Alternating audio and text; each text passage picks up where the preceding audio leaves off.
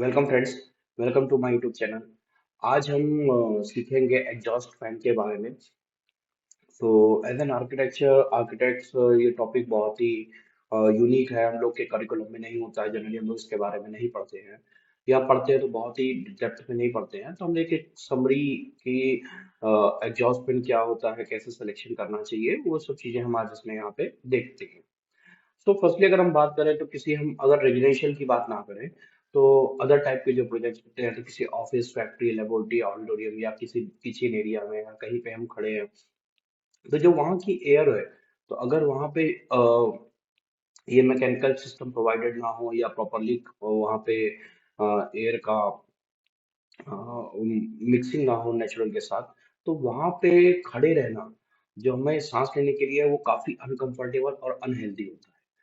तो और वो उसकी जो हीट है, जो हीट बढ़ती जाती है एयर में एक क्लोज स्पेस में रहने के बाद, तो वो एक तरीके की हीट जो है ना अनबियरेबल होती है, उसको हम लोग बर्दाश्त नहीं कर सकते।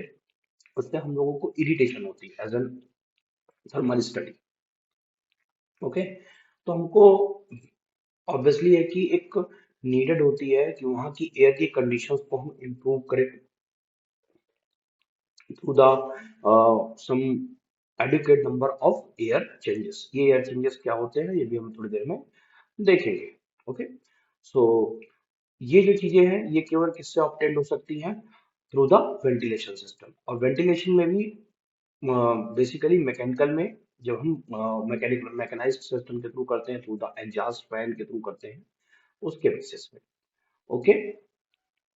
सो द सेकंड थिंग कि एयर पॉल्यूशन जो होता है हमारा, द हार्मफुल इफेक्ट्स, तो अगर हम देखें तो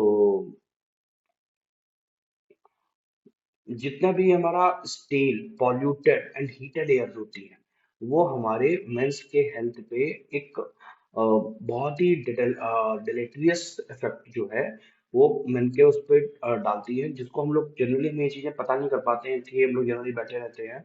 बट उसका इफेक्ट बहुत होता है। उसका जो मेजर है, उससे हमारी वर्किंग कैपेसिटी और जो हमारी कंसंट्रेशन पावर है, ये धीरे धीरे हमारी खत्म होती है बेसिकली। ओके। तो इसको हमको इम्प्रूव करने के लिए we required air conditioner, we required powered ventilation. Okay. ठीक है। सो देन इसके बाद जो इसका सॉल्यूशन है वो केवल एक ही चीज है, एयर चेंजर। एयर चेंजिंग ही इसका सॉल्यूशन है। तो और एयर चेंजर जो सॉल्यूशन है वो क्या होता है कि हम मैकेनिकल इक्विपमेंट को वहाँ की लोकल, वहाँ जिस हम डिजाइन में प्लेस कर रहे हैं, उस डिजाइन के वॉल्यूम से रिलेट करके हम लोग ये कैलकुलेशन करते हैं। जैसे कि कोई एक ब्लॉक है, तो अगर हमने उसको अज्यूम किया कि एक स्टडी के बाद कि इस ब्लॉक की रिक्वायरमेंट ये है, लाइक वो किचन है या बेकिंग बेकरी है या इंडस्ट्री है, then we have a study कि इस पर्टिकुलर के लिए इतने changes, air changes volume required है। तो उसी टेबल को ये जो है डिनोट करती है। तो जैसे एक एग्जांपल लेते हैं कि मान लीजिए कोई एक बेकरी है, तो उस बेकरी के साइज के हिसाब से हमको जो एयर चेंजेस हमको लगाना पड़ेगा, वो 10 से 30 के हिसाब से, देन 10 से 30 के बीच में एक वैल्यू लेनी पड़ेगी। इस केस ऑफ कि वो बेकरी कितनी बड़ी है, छोटी है, कितने नंबर्स ऑफ आइटम है, उनका बेसिस पे होता है। ओके। सो अब ये 10 to 30 हम कैसे समझेंगे? तो the thing is air changes per hour. The reason is कि अगर हमारी कोई भी रिक्वायरमेंट है तो उसकी कुछ ना कुछ एक डायमेंशन होती है, और इसको हमेशा हम वॉल्यूम में नापते हैं। तो यानी कि हमको भी required length, width and height.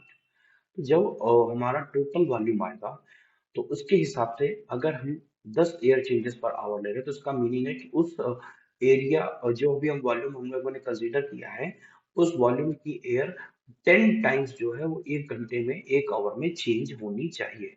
ये मीनिंग होता है हमारा एयर चेंजेस पर आवर। अब वो चेंजेस आप किस थ्रू कर रहे हैं, that is the secondary thing. First thing is कि आपका वो जो एयर चेंजेस की कंडीशन है, वो ये आपकी फुलफिल होनी चाहिए। तो ये जो है number of air changes suggestion, ये मैंने कोड्स और उनके थ्रू ही इस पे पेस्ट किया है। ओके। देन इसके बाद एडजस्ट एग्जॉस्ट फैन की सबसे बड़ी इंपॉर्टेंट चीज होती है कि हम उसकी लोकेशन क्या कर रहे हैं, लोकेशन कहाँ पे प्लेस कर रहे हैं। ये एक बहुत इंपॉर्टेंट फैक्टर है।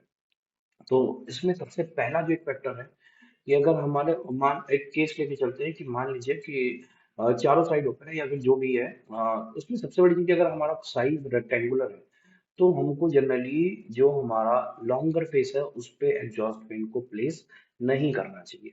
क्योंकि हम लोगों ने एरोडायनेमिक्स डायनेमिक्स पढ़ी है एयर को लेकर के, कि उसमें क्या होता है कि जो हमको प्रेशर ज्यादा तेजी से खींचना होता है एयर को या सब करना होता है, तो उसके लिए हमको अगर देखा जाए तो जो शॉर्टर साइड है वो ज्यादा कंफर्टेबल होगी थ्रू द एरोडायनेमिक्स के लिए। ओके, तो जो हमारा शॉर्टर साइड है उसके साइड हमको पहली बात तो फैन स्पीड मैकेनिकल फैंस को प्लेसिंग होनी चाहिए।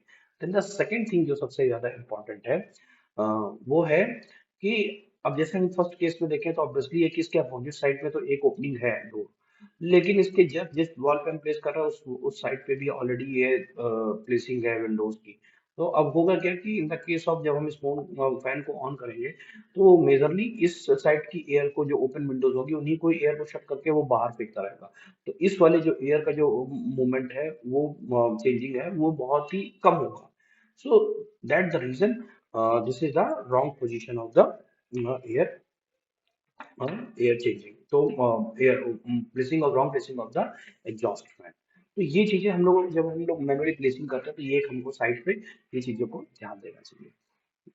बैकग्राउंड में ये तीन पेड़ लगाए हैं जो कि these are the accessories of the accessories of the exhaust fan. This is the uh,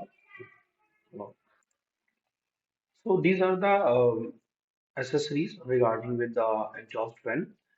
So these are the louvers, or we say it's a uh, sorry, there is the air conditioning term damper, and these are the hood जब हम किसी kitchen area में लगाते हैं vertically transfer करने के लिए तो these are the bending hood और वगैरह। Okay, so this is the way to install of the exhaust fan। अब हम इधर चलते हैं। So this is the section कि हम कैसे फैन को सेलेक्ट करें एग्जॉस्ट फैन को। तो फर्स्टली हम रिक्वायरमेंट के बाद हम अपनी खुद की कि एक पैरामीटर की कितना हमारा उसका पावर होना चाहिए, क्या उसका आरपीएम होना चाहिए, कितना एयर डिस्प्लेसमेंट यहाँ पे लिखा है already. Okay, so it's another meter cube per hour है ऑलरेडी। तो हम यहाँ से इजीली कैलकुलेट कर सकते हैं कि हम कितना कैसा हमको रिक्वायरमेंट का हमको एग्जॉस्ट फैन चाहिए। सो यहाँ पे और जस्ट इसके थ्रू कि हमको फिर उसके लिए कितना स्पेस हमको वॉल में कट आउट करना है, स्वीप साइज और हुड साइज, तो वो हम इजीली यहाँ से हम लोग इन टेबल से मैच करा सकते हैं। अगर हम लोग देखें तो this is the fan sweep column, this one is the speed, this one is the power input, this one is the current ampere. तो फॉर फेस और थ्री फेस तो इससे हमको ये भी पता चल सकता है कि जब हम इलेक्ट्रिकल की वायरिंग करेंगे तो वहाँ पे हमको सिंगल फेस रखना है या थ्री फेस रखना है।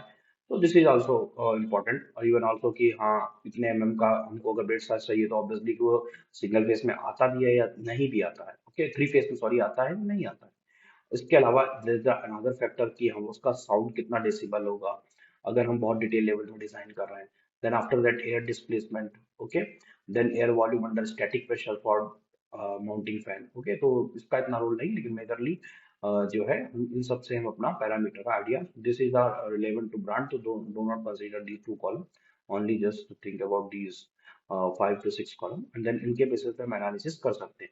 आफ्टर दैट इनकी डिजाइनिंग को लेकर के कि हम कैसा सेलेक्ट कर रहे हैं इम्पेलर का डाया के बेसिस पे, तो ए बी सी या डी डायमेंशन कितनी होगी इनको हम अपने डिजाइनिंग में इनको ऑब्वियसली शो कर सकते हैं कि अगर we have selected this one तो हमारा फेस कौन सा अवेलेबल है, स्पीड कितनी होगी, then A B C dimensions कितनी है, डी, तो हम उसको उसी के हिसाब से प्लान एलिवेशन सेक्शन में हम अपने वेंटिलेशन के वाले प्लेस पे कटआउट में दिखा सकते हैं। तो इस तरीके से हम जो है डिटेल्ड में डिजाइन एग्जॉस्ट फैन की कर सकते हैं। So here is my presentation and now if you have any query more than this, so you can just put the uh, question in your comment box. Surely I will reply that. Thank you so much, and please like my video, subscribe my channel for these type of stuff. Please, thank you so much.